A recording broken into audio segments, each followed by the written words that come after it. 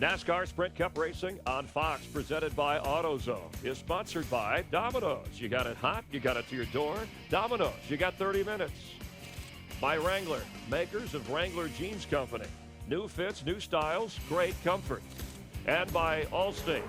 Are you in good hands? Now, what do you think? Would Casey Kane rather be chased by those girls in the Allstate commercial or by the number 20 car that's trying to put him a lap down? We know you don't like to watch commercials, but you know what? It doesn't get any better than that driver's uniform that he's wearing. And we had Casey Kane on our trackside show Friday night. He told Daryl, Jeff, and Steve, that was me. I was doing all the dancing. I'm not a great dancer, but that was me. That's great. Nice suit. Here comes Tony trying to put Kane a lap down, not because Casey's a slow car, but because he had that pit road penalty. He doesn't have a great car, and when you're put in the box of at the back of the field, then obviously you see in just a few short laps that 20 car of Tony Stewart has caught him. Now what Casey's going to try to do if Tony gets by him is stay hooked to the rear bumper of that car and be the first car lap down, but I don't know if Tony's going to get by him with ease. But Jeff, look at the traffic here. If Tony goes to the outside to pass Casey, there's Elliott Sadler. If he goes to the bottom, there's Kyle Petty. There's nowhere to run here, nowhere to hide, and nowhere to pass. No, but Mike, right now is when you got to be patient. Tony Stewart, now he's got the bottom line, what he was looking for. He got underneath the 9 car right there, so he's got to run on Casey. If he can hold him, that's the key part. Now that's where the spotter and the crew chief have got to be on the radio telling Smoke, got to be patient, buddy. Got to be patient. Work him good. Just be smooth, and let's don't tear the front fenders off of it. But again, when you're leader, everybody's trying to follow you, but everybody's in your way at the same time. So you've got to be patient and work your way through the traffic. It will open up if you'll just be smart. Just ahead of Stewart, Elliott Sadler on the right, David Rudiman, Mike Skinner again, Jeremy Mayfield, and then Dale Earnhardt Jr. I was going to say that the best friends that Dale Earnhardt Jr. has right now are these lap down cars plus David Rudiman. And David is still a lead lap car, had one of the fastest cars in practice every one of our practice sessions, but started at the back, and here he's trying to stay on the lead lap here at lap 162. The jam car in this bunch is the 70.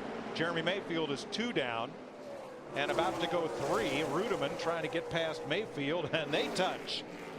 But while this is all going on, you see it there. There's the Lowe's car, the 48 car. It's bringing him right up to the rear of the 20 car, as well as Stewart's teammate, Denny Hamlin. Tony just has to be so careful here to keep all 4 fenders on the car, hold on to the lead, and now he's got room because, wow, Sadler went way to the high side on Mayfield, and that gives Stewart room underneath the 70. He's going to clear Mayfield and then set off after Rudiman.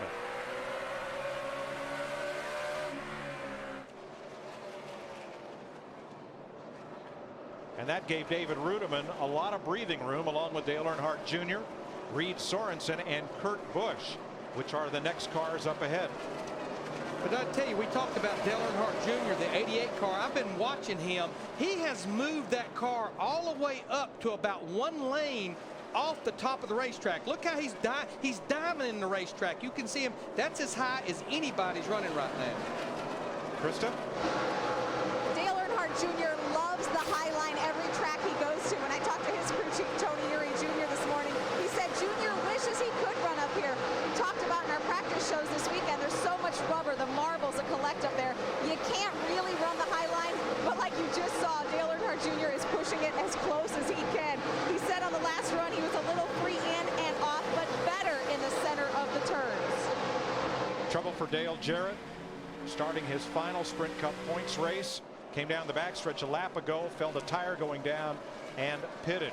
He had been running in the free pass position and doing a really good job of being the first car a lap down, but now he'll go several laps down. Now this is a battle for second. Denny Hamlin in the 11 car, he had moved up about a lane off the bottom, but Jimmy Johnson in the 48 will use Travis Quapple as a pick and hold on to the second position. This battle is about a 1.5 seconds behind leader Tony Stewart.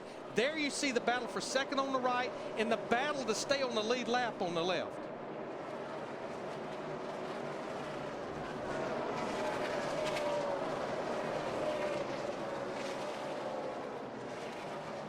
David Rudiman not going down without a fight.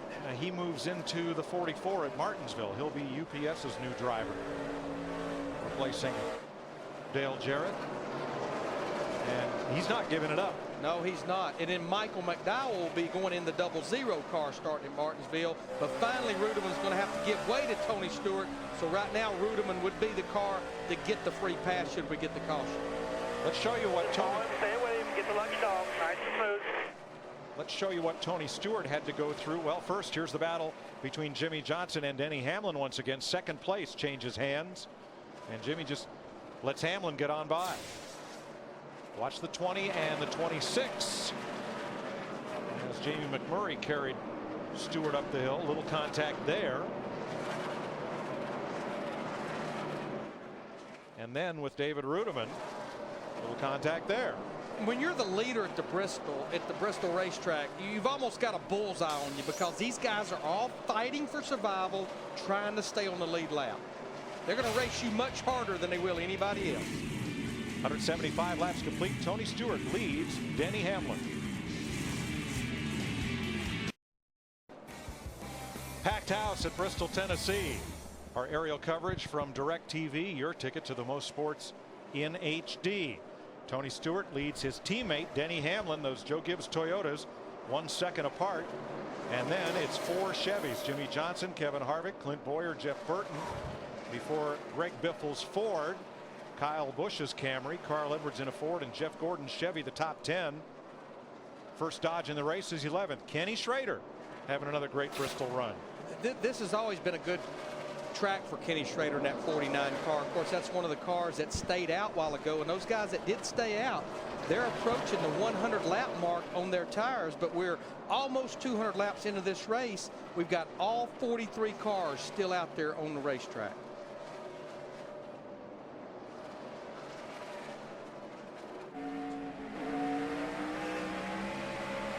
Boy, Franchitti and McMurray just about hung there up off turn 4. And Kenny Schrader and Paul Menard and Ryan Newman, all those guys had nowhere to go.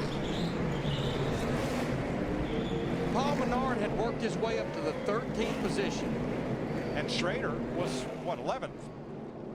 Damage on Bobby Labonte in the 43 car there. Now that spin and crash happened in turn 2, but it started all the way back in turn 4.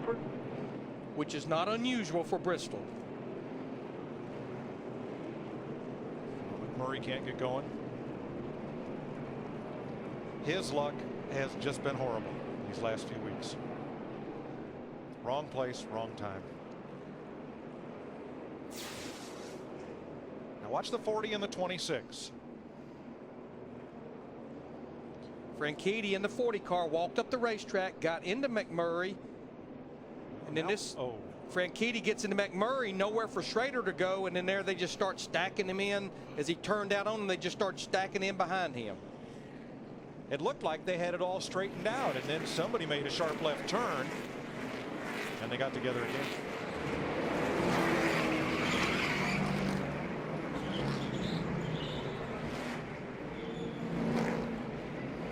Here's Michael Waltrip on the Napa cam going to the left bank.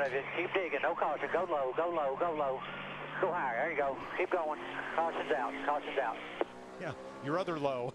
But you know what? That was a great job by the spotter, because you saw Bobby Labonte, the 43 car, just come barreling by him on the inside. Michael Waltrip, no marks on his car. Bobby Labonte's front end's completely tore off. 5th caution of the day. J.J. Yaley will receive the free pass there in the number 96. And this time we expect all the leaders will stop as Denny Hamlin, Tony Stewart lead them onto pit road. Jimmy Johnson, Clint Boyer, Kevin Harvick. Here's Kristen. Clint Boyer calling for his first adjustment of the day. He said his car is getting just a little bit tight in the center off on the turns. They're going to make a wedge adjustment, also an air pressure change for Clint Boyer. Dick. Jeff Burton has been running in the top 10 all day long. He pits out of the 6th position for this pit stop. He wants the car to turn a little bit better in the corners than it is, so they're going to make a minor adjustment to accomplish that. Steve. Nick, Kyle Busch, last week's winner, starting to get frustrated in that number 18 car. He says, give me all the steering you've got. I cannot turn this thing. They're going to make an air pressure adjustment and a track bar adjustment. Matt? Denny Hamlin asking for the same thing he got last time. That's more air pressure adjustment and a chassis adjustment. Meanwhile, Tony Stewart trying to keep up with the racetrack. They were going to gun for a wedge adjustment. Kyle Busch pitted out of the 9th position as we complete 193 laps. Tony Stewart first off pit road. 193 complete in the Food City 500. You're watching NASCAR on Fox.